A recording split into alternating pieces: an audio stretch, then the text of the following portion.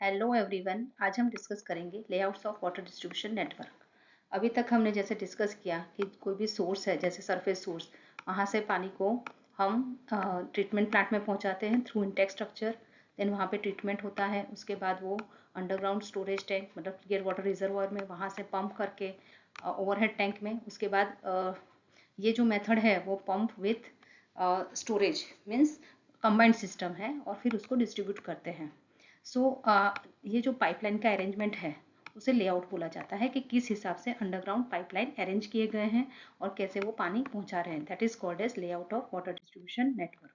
सो basically distribution pipes जो होते हैं वो रोड पेवमेंट के नीचे हम उसको ले करते हैं, and according to the road position, किस डायरेक्शन में रोड जा रहा है उसी डायरेक्शन को वो फॉलो करते हैं। तो basically there are 4 types of layouts which are generally available in water distribution network to supply the pipe: dead end system or tree system. So first one is dead end system, second is gridiron or reticulation system, so this is gridiron, third is ring system or circular system, and last is radial system. So according to the topography and road network suitable आप choose कर सकते हैं कौन सा network आपको choose करना है।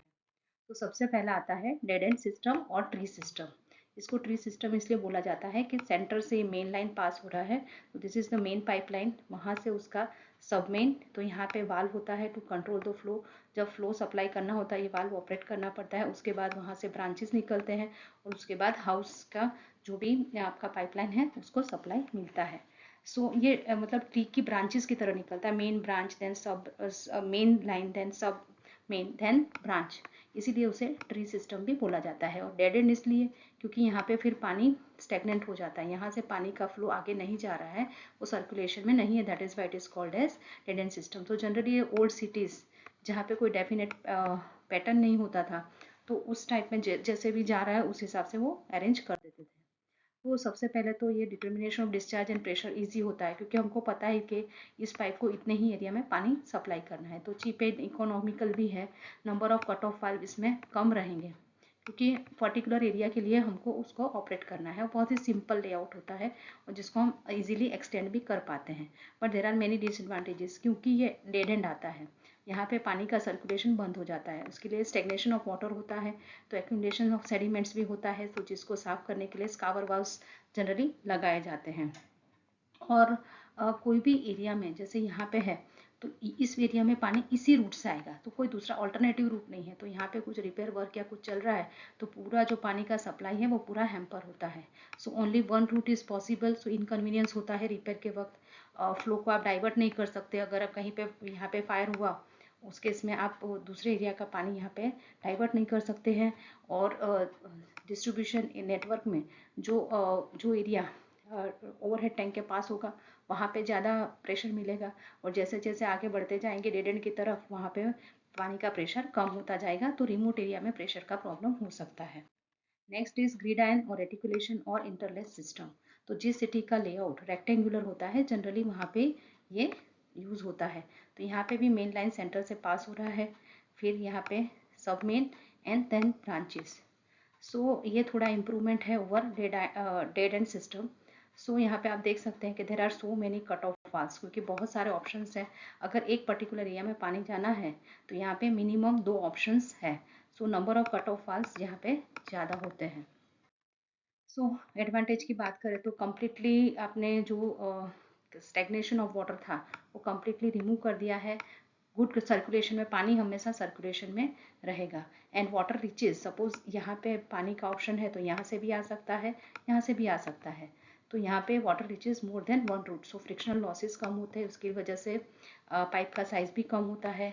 और ब्रेकडाउन अगर होता है कोई भी तो पानी दूसरी रूट से भी आ सकता है, मतलब रिपेयर वक्त ऐसा नहीं है कि यहाँ पे पानी का सप्लाई रुक जाएगा। और more quantity of water available during fire fighting for the fire fighting purpose to the affected area, किसी और रूट से भी आप उसको ट्रांसफर करवा सकते हैं। But analysis of discharge and pressure velocity बहुत ही डिफिकल्ट है, क्योंकि बहुत सारे रूट मतलब 2 रूट्स एटलीस्ट है कि वहाँ से पानी आ सकता है, तो एग्जैक्ट फ्लो का कैलकुलेशन करना प्रेशर का डिफिकल्ट हो जाता है। एग्जैक्ट पाइप साइज भी आप उसको पता नहीं कर सकते कैसे कैलकुलेशन करना है। But due to nowadays this application of all these advanced methods and software, थोड़ा इजी हो गया है।